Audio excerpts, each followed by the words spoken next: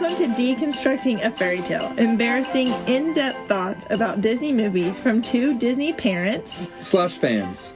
I'm your host, Jill. And I'm Jared. And today we are talking about Luca from Pixar, which came out in the summer of 2021. Feels like ages ago. We're going to talk about Luca. We can go anywhere. Do anything. We just gotta stick together. We underdogs have to look out for each other, right? Underdogs. Alright, so I'm going to do a quick overview of this movie in case you haven't seen it. Of course, we're going to be talking about this movie in depth, so there will be spoilers. This is your warning. But here's a quick overview. So under the ocean, beside a picturesque Italian town, lives a community of sea monsters who are hunted by the humans above. But when the sea monsters come out of the water, they transform into humans, and only water can reveal their true selves. Luca and Alberto, two young sea monsters, run away to the surface town of Porto Rosso as they seek to find freedom on land. As Luca's parents search for their son in the dangerous human town, Luca and Alberto are taken in by Giulia and her dad, Massimo.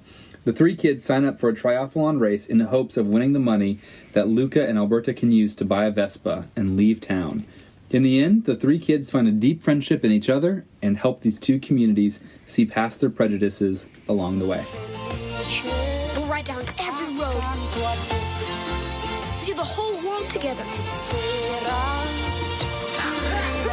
It'll be amazing.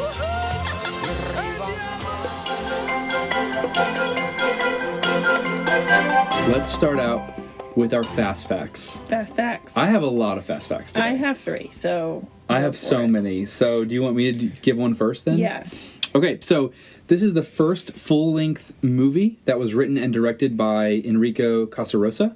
But Enrico Casarosa also wrote and directed a short film for Pixar in 2011 called La Luna. Have you seen La Luna? Maybe it's been a while. Okay, Is so it about the moon? Yeah, it is about the moon. Yeah. Yeah, it's the one with, it's like the little boy and his dad and the grandfather. And they are like on a boat and then they go up to the moon. And then they have to sweep the moon to change its phases is like the story. No, I haven't seen that. It's really cute. But so the director and writer of that short film in 2011, this is his first full-length film. 10 years later, which is pretty cool. That was my first fast fact. Okay, mine. Out of all the characters in the film, Luca has the largest eyes proportional to his head, since he's so curious and eager to take everything in.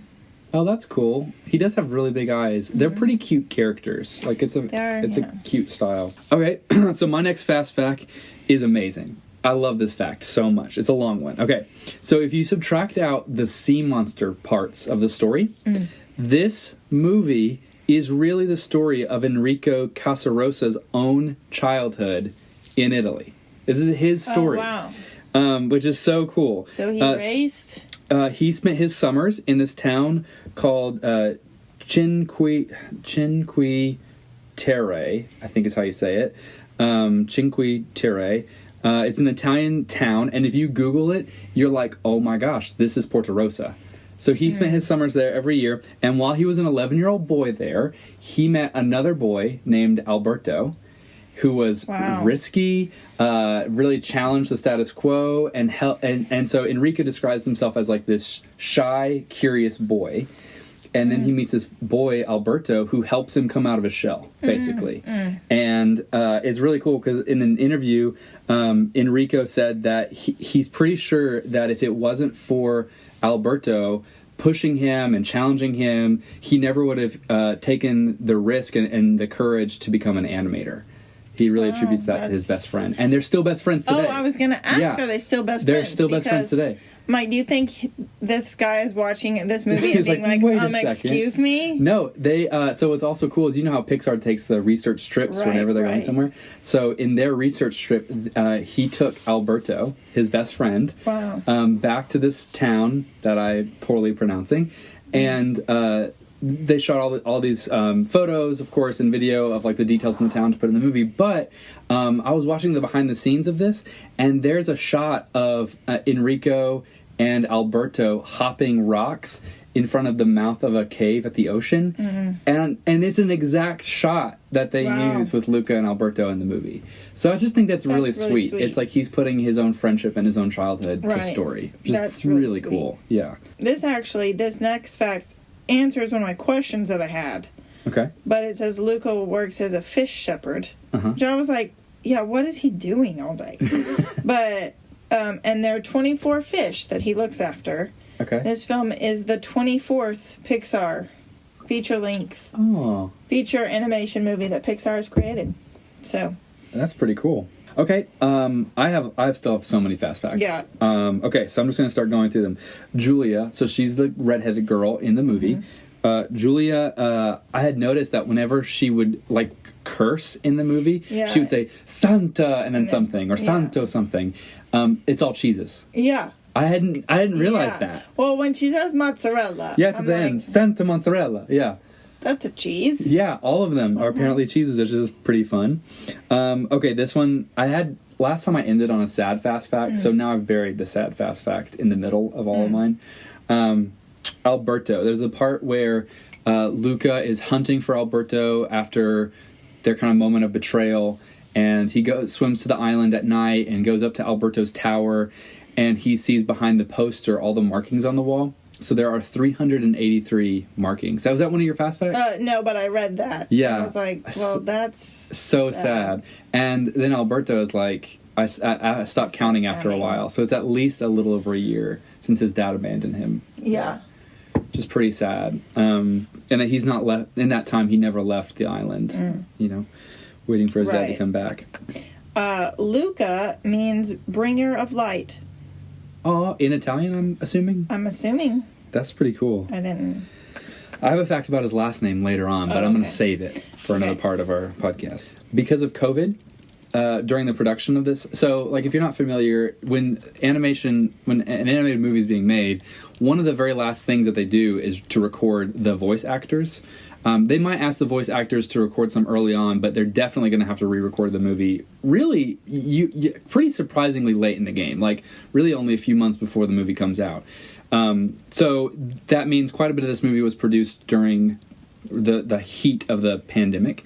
And because of that, the voice actors, especially the young kids, they could not come to California to record their voices. They couldn't go to a studio because the studios were closed. They had to, Pixar had to send equipment to the boys' houses and the girl who played Julia into their houses, and they recorded their parts in their own closets. Wow. Just like we're recording this podcast right now, which is pretty cool. That is cool. That they were able to do that. And at the end of the credits, if you watch the credits for Luca, at the very end, it says, produced in our slippers around the Bay Area, which is kind of a little fun nod to remote work on that. Yeah.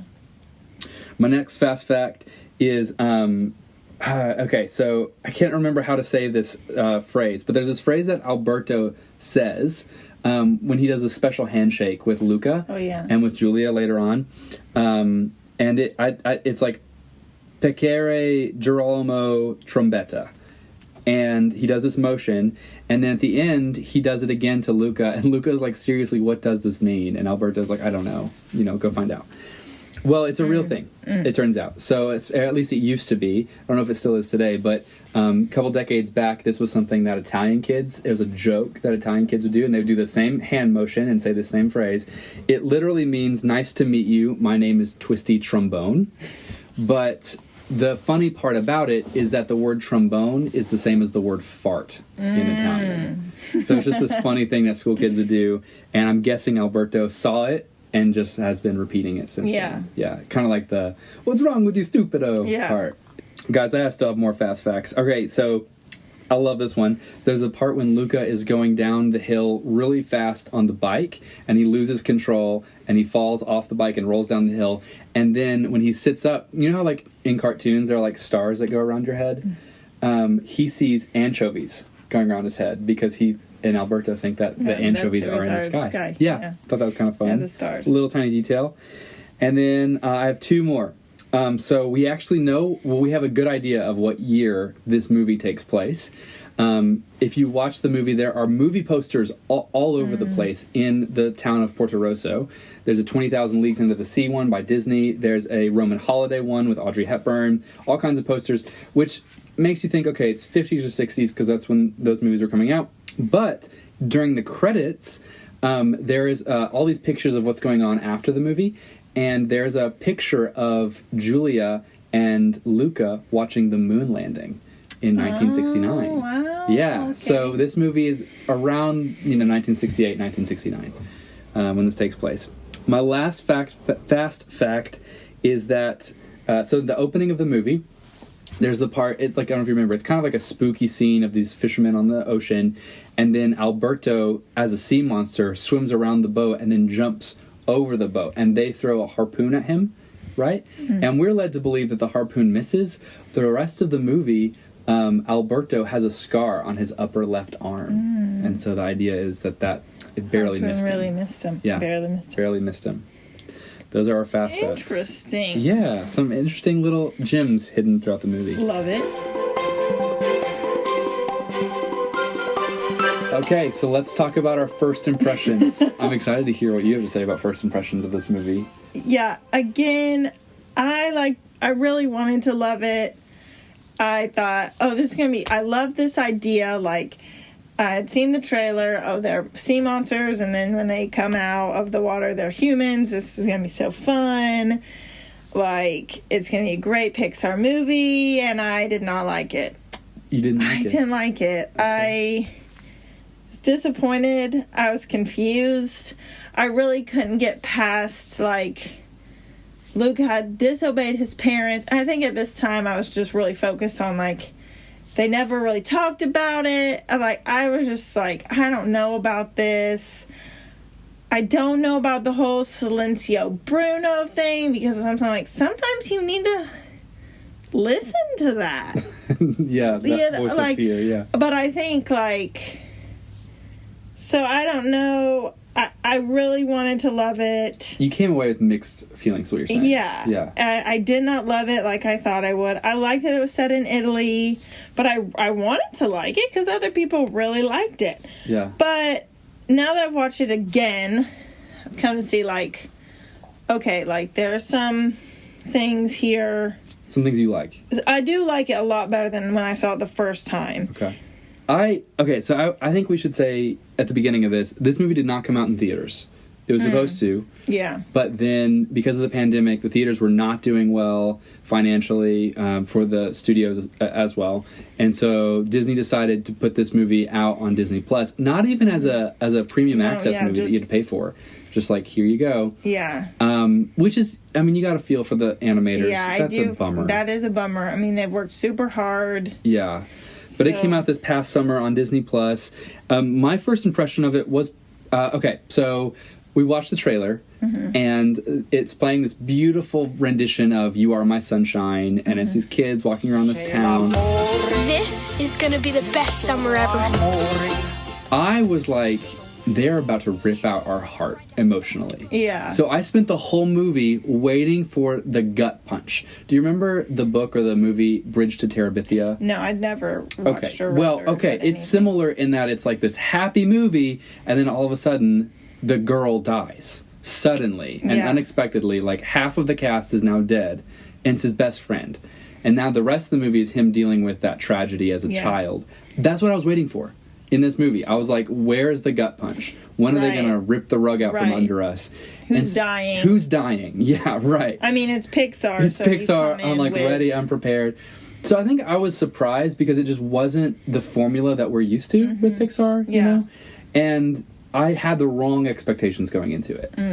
So the first time I saw it, I was like, okay, I like that movie, but I think I need to rewatch it with new eyes. Yeah. Now that I know what this is. I think, too, that it was just, this is just a fun movie. Fun summer movie. Not let me emotionally prepare myself for this horrible, sad thing, but then this beautiful, meaningful thing. Yeah. Yeah, exactly. Yeah. So now that I have the correct expectations for the movie, we've seen it again. our son Malachi now really likes parts of this movie. I'll say he hates the sea monster parts, but he likes the human parts of this movie. Train. And the train, oh my goodness, we've seen that ending scene so many times.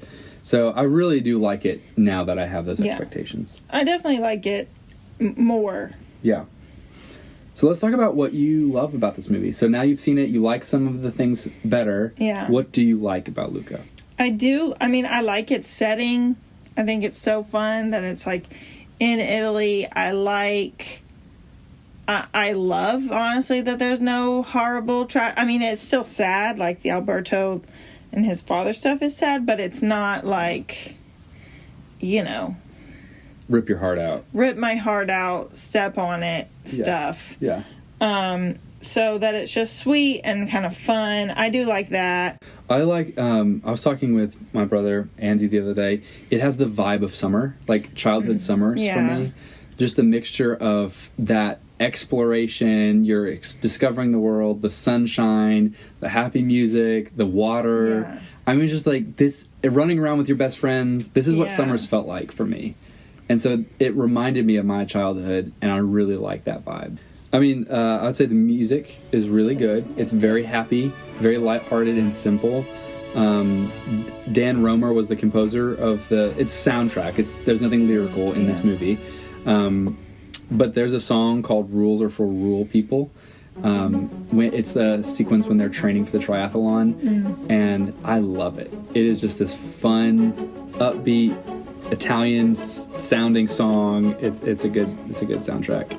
Yeah, I do like the sounds. Yeah. And it's so vibrant. Like visually, it's kind of like Encanto in its like vibrancy. Lots of colors. It's very bright. All the under the sea scenes are just so happy. Yeah. Like visually. It kind of it's the opposite of The Little Mermaid. Like when you watch The Little Mermaid, it's kind of very shocking how dark of a movie it is. Not just thematically, but visually. And this is the opposite. Because in a lot of other ways, it's similar to Little Mermaid, but much brighter, much happier. Better. You think it's better than The Little Mermaid? I do. I think it is. Wow. I mean, I completely agree. But it's just a fresh thought right there. We should do an episode later on called like Little Mermaid versus Luca. Yeah, that's a good idea. That'd be great. We can contrast them. Okay, let's talk about meaningful moments. So what were the moments that you found meaning in, or that were kind of, I mean, maybe the gut punch kind of moments? What was that for you? I love, and some of the things I think I just missed the first time I watched it. I don't know if I was tired or what, but it's like, when we watched it again, I'm like, Alberto sells his Vespa? You know, like, that is, it's so sweet, because also, like, Luca, like, betrays him, basically. Yeah.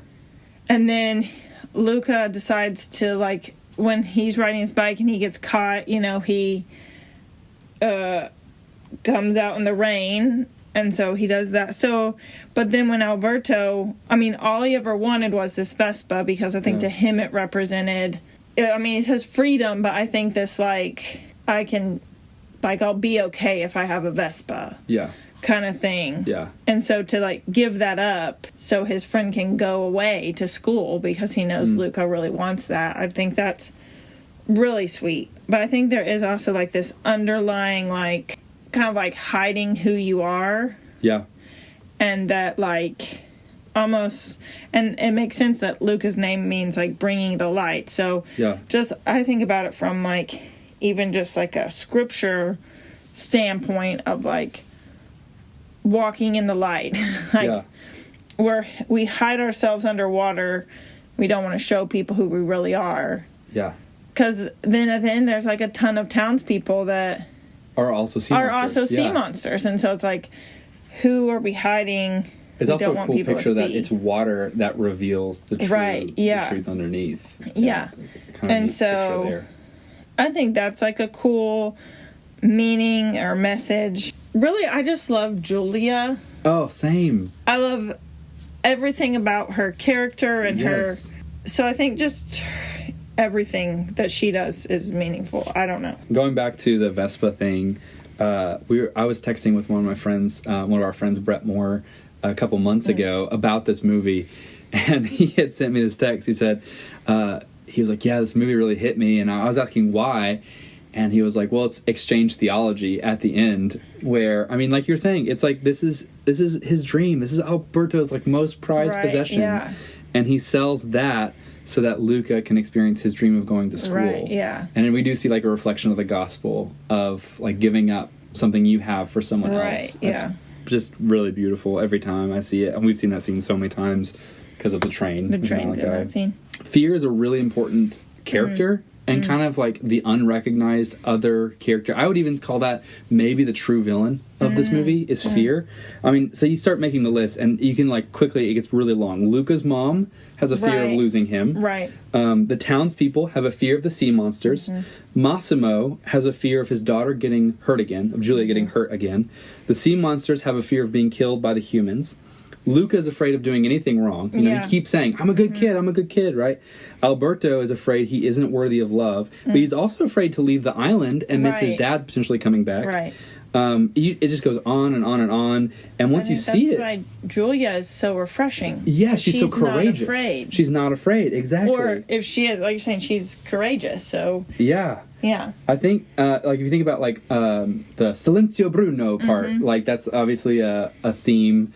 I think that's the core here. It's a story about being courageous. So it's like whether the boys are riding their makeshift Vespa down the hill and it's, like, super scary, and Luca's like, I don't know if we should do this, right?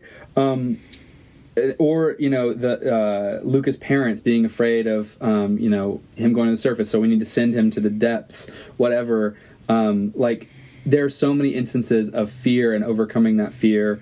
And I think it's cool because the message is, yeah, there is danger. Like, for example, Luca's parents, they're not crazy. Right. Like, the surface people want to kill sea monsters. Right. And they're like, it would be so easy for you to accidentally be revealed, and they will kill you. So they have, like, legitimate reasons to be afraid. But I think this movie is saying there's a good reason to summon that courage, and that it could be really worth it to be courageous, and especially for other people that you love.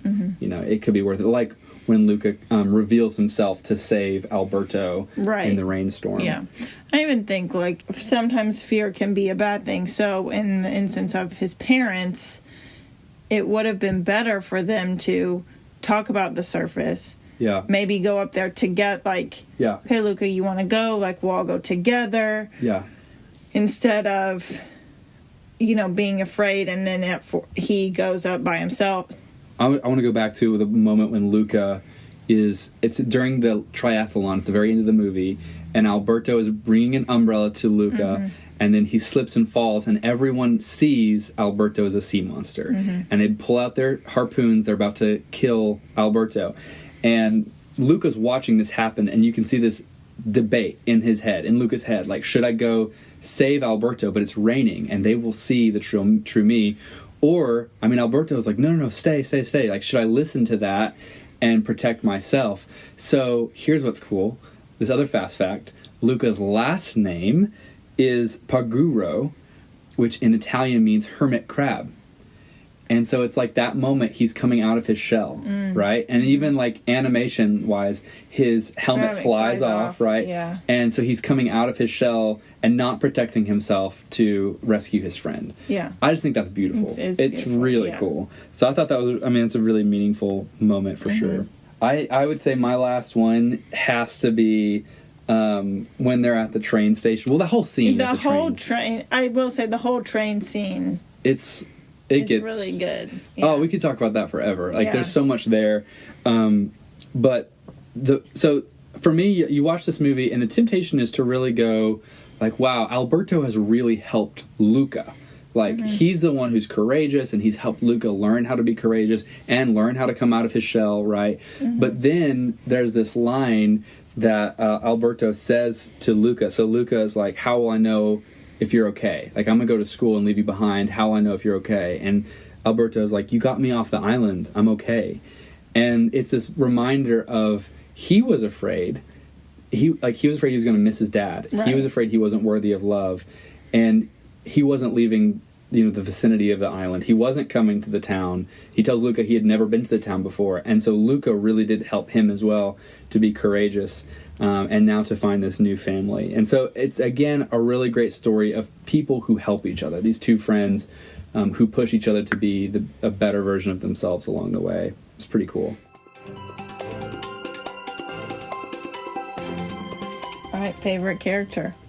I'll let you go first. Who's your favorite character? My favorite character is Julia. Of course it's Julia. Yeah. Why is it Julia? I just want to be like her. I think she's so fun, and she like doesn't put up with like when she's like she's not putting up with what's his face's injustice. Yeah. She's like willing to do whatever it takes. But she's also a good friend. I think that I have a fear that I am like the mom. Oh, yeah. Because I see, like, she just wants Luca to be okay. Yeah. And she's just anxious about him. And so it's like, I don't want to be like her, but I see where she's coming from. Yeah, I think I was a lot more gracious to the parents the first time I saw this movie, and then we saw it recently, and I was like, okay, well, actually, your parenting is bad. Yeah, that's kind of how I was. Like, the first time I was like, he did not listen, and then when we watched it again, I was like, no, guys, y'all, which I'm also like, they're doing the best they can. Yeah. They're just trying to protect him. Yeah. But they're going about it some wrong ways. I also think the funny character is the grandmother, because she's a great grandmother in the fact that she's letting her child parent. Yeah, that's true. Even though she make different choices than she would make. Yeah. So that's kind of fun. I think my favorite character is Alberto. Actually, I know it's definitely Alberto. Wow. No questions. Truthfully, I think he makes a better main character in this movie than Luca.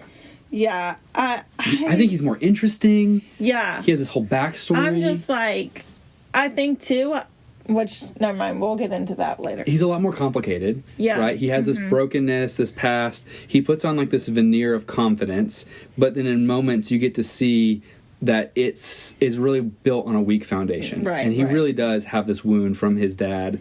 And so it's so fulfilling to see him start to heal and finally find a family that wants him is just like really cool. Whereas for Luca, it was like he's curious, he's like exploring the new place, and he just wants to learn. It's like, okay, that's cool. Yeah.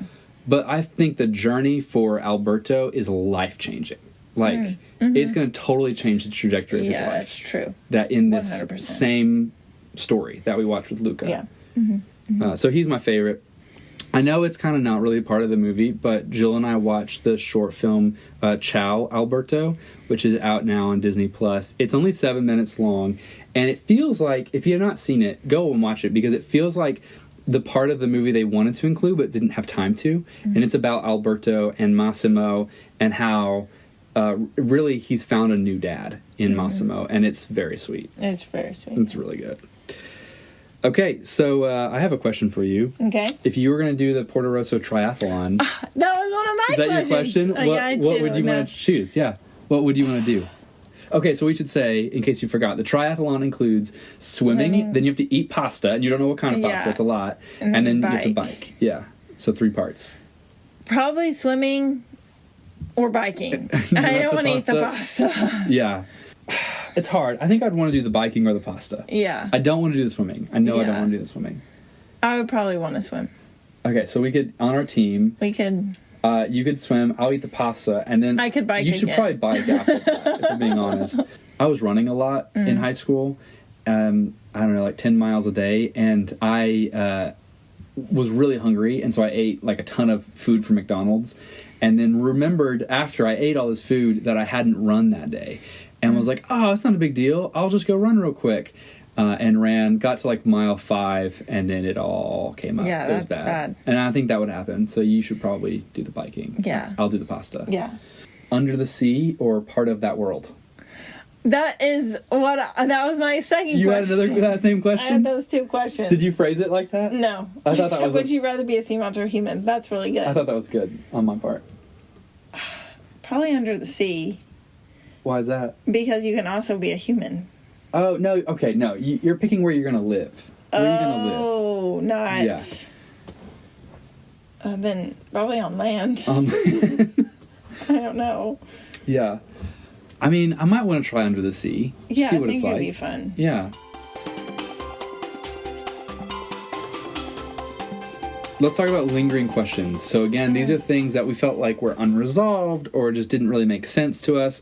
I'll say, for me, I didn't have much here. My one lingering question is, well, I have two. My first one is, who's Bruno? Yeah, I don't... Why is it Bruno? So again, Alberto, he's like, okay, when you have that voice of fear in your head, all you need to do is yell at it, and you need to say, Silencio Bruno. And Luca says, why is his name Bruno? And he's like, it doesn't matter what his name is. Just yell at him. Yeah, do we think it's his dad? Alberto's dad? Yeah. I mean, maybe. Do we think it's Bruno from... Encanto? Encanto.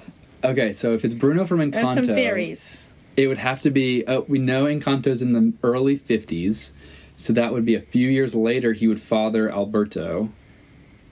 And then, because if we're going to 1969... Yeah, it's true. I mean, it's possible, but Bruno would be in his mid-50s, at least. So... I just don't feel like... After all that happened to Bruno and his family, I don't think he would leave... And abandon his son. I bet you're right. Yeah, I don't think it's not in his character, I don't think. But I could see Alberto's father being named Bruno. Right, yeah. I think it's like we talked about in the last episode. I don't think these teams knew that they were going to both use this name. I think that was an accident. I think so, too. And they should have talked about it. Because that leads us to these theories. Yeah. So, I don't know. It could be his father. It could be... He could have swam to Colombia and heard about Bruno. Okay, this could be wrong, but does Bruno mean, like, brown head of hair? I'm not even sure. There's something in my mind that says that that's true. And if it is, it could be like, you are talking to the voice in your head. Right. He has brown hair. Right. I don't know. I have to look that up. Okay, I have another lingering question. Okay, so Luca's parents, they're looking for him in the town of Porto Rosso. And their method is interesting. They're throwing kids into water. Right. Wouldn't that expose Luca in front of everybody as a sea monster? You're right. And put him in danger? Yeah. And any other children. Yeah. Anyone who happens to be a sea monster. It's also very risky for themselves. Yeah. I easily could accidentally get some water splashed on them. Easy, yeah. Yeah. So I thought that was... Yeah, that's an interesting... Like, as parents, again, not great, maybe. Not great, no. Yeah. My first one was like, what is Luca even doing? But then I figured out he's a sheep shepherd. I'm sorry, a fish shepherd. And I was like, do you even call it a shepherd if it's not with sheep? Yeah, I don't know. Okay. But that was kind of answered. So he's just herding the fish, but we don't know why. It's just his job or a chore. I wonder if they're raising them to eat. Okay, so here's the other thing. They have no problem in catching and killing fish. Right. Because they help Massimo do that, like, happily. Right. So Alberto and Luca do not care about the fish. No. So which is interesting. Yeah. So I don't know if it's more like cattle? Like they're raising them so they can eat them later? Yeah, I guess so. Which kind of takes a dark turn. I was also confused about why they keep saying El Stupido, because don't they know Italian? Or no? Okay, this is a great question because they can clearly read in Italian. Right. Yeah, so I don't... Yeah, they should know what that means. They should know what it means. Yeah. And they have no trouble speaking with the townspeople. Right. Whatever language. Exactly. Because, like, there's that Disney idea of, like, Beauty and the Beast. They're all speaking French, but because we're an English audience, we hear it in English. Right. Okay, apply that same thing. They're speaking Italian. Right. They should know what stupido means. Yeah. So, that's what I'm like, I don't know if they just think it's fun because they're, like, here on the boats and no one is responding that way. Or maybe it's a new word. They've never heard stupido, and now they're trying to figure out what it means. Maybe. Yeah. I'm also like, so when they say that to the women, and then they put their ice cream on them, I was like, why would you ever do that with your ice cream? Oh, yeah. There's no way I'm giving up my gelato because of some Which I'm like, maybe kid. They went and got new ones, but they turn out to be sea monsters, so maybe they didn't care. So I'm like, does this apply to saliva? I had the same thought. Like, is it because it has to? Is it the dog or the cat that licks one of them, and it makes them turn into the sea monster? Mm-hmm. And so it's like, does the water content matter in what? Right. You know, does the ice crystals in the ice cream? Right. That's what I don't know. What about the water on the outside of the pasta? You have to be telling me that there's no way they didn't have stomach aches. From all the pasta? Or? I mean, they've only eaten, fish? Oh, yeah, their whole lives. And then they have Maybe they just don't include the bowel movement scenes in Luca. Maybe they just left that part out. They're young. Their intestines can bounce back. Yeah. Okay, here's my lingering question. Okay. My last one. So, when Luca comes back and Alberto is, like, upset because Luca's betrayed him. And I want to go back to that in a minute. Okay. And he sees the tally marks on the wall. Yeah. You'll notice they're in sets of 5s. Oh, yeah. But then the lower you get, there's like a the smaller few the sets get. Well, there's a few that are sets of 5, and there's a few that's just like a mark and 2 marks. Okay. But it's like they're still in the set of 5. Okay. So here's my theory on why those aren't fully marked. Those are the days he's been with Luca, and he forgets about marking the wall. My silence is me being stunned. I could cry. It's beautiful. Isn't that beautiful? Did you just come up with that? Yeah, that's my theory on... I don't care if it's true or not. I love that so much. Like that he had so much fun with Luca that he totally forgot to mark the wall that day. I love that idea so much. No one correct us. That's what we're going with. That's amazing. Okay, but let's go back to the moment that Luca kind of betrays Alberto. I don't think that... I mean, Luca should have said the truth. Right. But Alberto is being a jerk. That is true. I mean, moment. That is a good point. He exposes himself. He does expose himself and assumes... For the purpose of scaring Julia. Right. And assumes Luca is... He's mad at Luca. So he does it out of anger. Yeah. Oh, I'll show you. I'm going to expose myself and that will expose you too. And Luca's like, no, bro. Yeah. So it was wrong of Luca. That's true. But like it's also wrong of Alberto. Yeah. I mean, he's playing the victim card maybe too hard here in this moment. Yeah. Which That's again, true. got some trauma. Sure. Mm-hmm. But Luca, it was not the biggest betrayal. No. It was pretty stupid on Alberto's part. It was, yeah. Just goes to show you, don't do anything out of anger. Yeah. Yeah. Anger's one letter away from danger. Ooh, I love it. Okay, so what were the things in this movie you did not like? It's hard for me to separate sometimes, like Alberto. I'm thinking about my son, and I'm like, is he going to have a friend influence like Alberto? And what's going to happen? So it's hard for me to be like, well, I don't like Alberto. I don't like how he, makes Luca do things that maybe he shouldn't do. Okay. And you're thinking as the parent, the protective parent. I think that makes me feel like, ugh. And then also being like, but you can't protect your kid from everything. Yeah. So you hope that they're, wise. But so I think I have a hard time separating from, okay, this is a movie, and that's okay. Yeah. They made this fake Vespa and whatever. Did you ever have the bad friend influence in your life? Probably, but...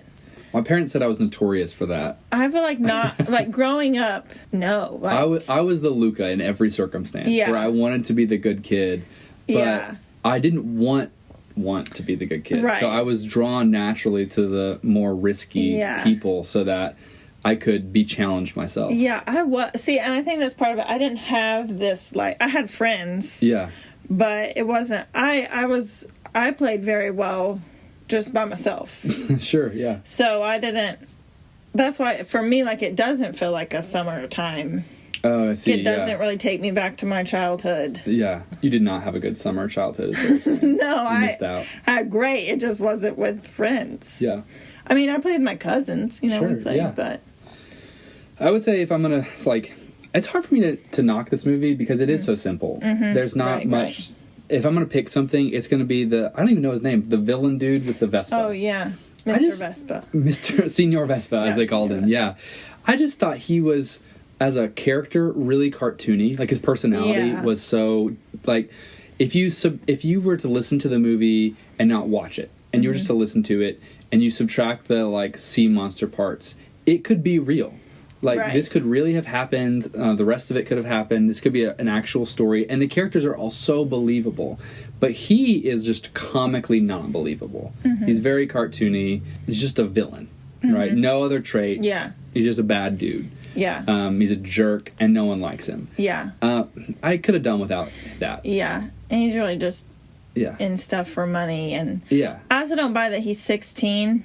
Yeah. I'm like... they definitely would not let him race. Yeah. Like, she even knows. She's like, dude, this is like your 6th year. No. Yeah. Like, she's in Yeah. charge of this thing. Yeah. A regular adult in charge in that moment would be like, no, you're not racing. Right. Yeah. So, I don't know. I just could have done without him. Yeah. I don't know why they included him, to be honest. I don't know if they needed 'cause Julia to have he some needed motivation. A Vespa situation. Yeah. So you didn't like the disobedience thing originally when we first saw it. Originally, yeah. Explain that. Well, I just felt like Luca disobeyed his parents. He went to the surface. And then it was like never really, like they came to find him. And then they're like, yeah, you won the race. We're happy to see. I don't know. I just felt like it wasn't addressed. But after watching it, like, and then when you were saying, well, his parents were going to send him To the abyss. To the abyss. Yeah. And so I'm like, that's not on Luca. Like, Yeah. then you should, like, yeah, that's a bad parent. Like, it's not best for Luca to send him to the abyss. Well, and I will say I was pretty judgmental to Luca's dad because he just doesn't seem to really care all that much Right. about anything. Yeah. He's just not really there. He's not involved. And I do like watching throughout the course of the movie, they have this growth realization Right, yeah. of like, we made a mistake. Yeah. And so what I think is kind of cool is they have this realization at the same time that they first see Luca again. Right. And so Luca bikes away from them because he's like, oh no, they're going to like send him to the Right. deep again. Yeah. But I get the impression that they were going to tell him that they were sorry. Right, yeah. And that they weren't like, going to send him to the deep. They had realized we made a mistake Right. and it's okay. Yeah. And I really like that. Yeah, I like that too. That they could and grow that and then learn. at the end they see like, okay, what's best for him is to go to school, because they could have been like, you didn't listen to us, go to the deep. Yeah. Or even at least just come Yeah, back with us. Yeah. Right. But they allowed him to go to school. And so I think, again, realizing, oh, we're doing everything out of fear. Yeah. And maybe some things that we're afraid of, we don't need to be afraid of. Yeah. Or we should just have courage in Right. spite of it. Right. Again, going to school, risky. Yeah, it's true. It's still risky. Still risky. We don't know what the kids there are going to think about Right. Luca. Yeah. Yeah. But it's worth it.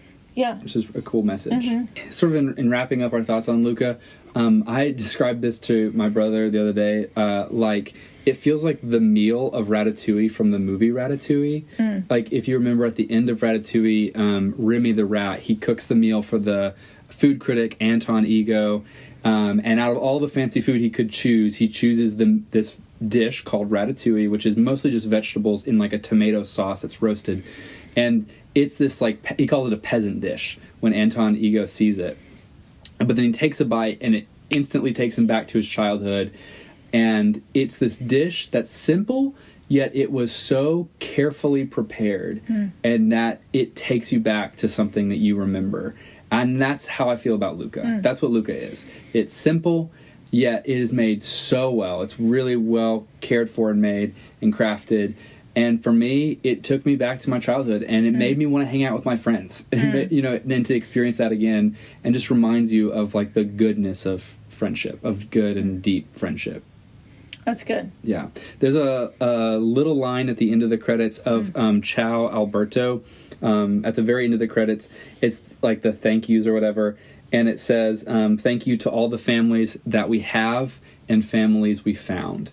And I think that's the message here. It's like you have a family that you were born into, but sometimes the family that you end up loving and that really accepts you and loves you well is one that you find along the way. And that's really beautiful. And it's church beautiful, life right. in some ways. It's pretty cool. So, all that to say, how are we going to rate this movie? What are we going to give this movie rating-wise? Or we're waiting for Disney Plus. Yep. Yeah. That's our rating. Wait for Disney Plus. Wait for Disney Plus. Which is convenient. You don't have to on this one. Right, because it was on Disney Plus. There wasn't even Premiere Access. Yeah, so this is our third rating. Like, in terms of Yeah. scale, it's our third highest. Yeah, so not bad. Not bad. Not yeah. bad.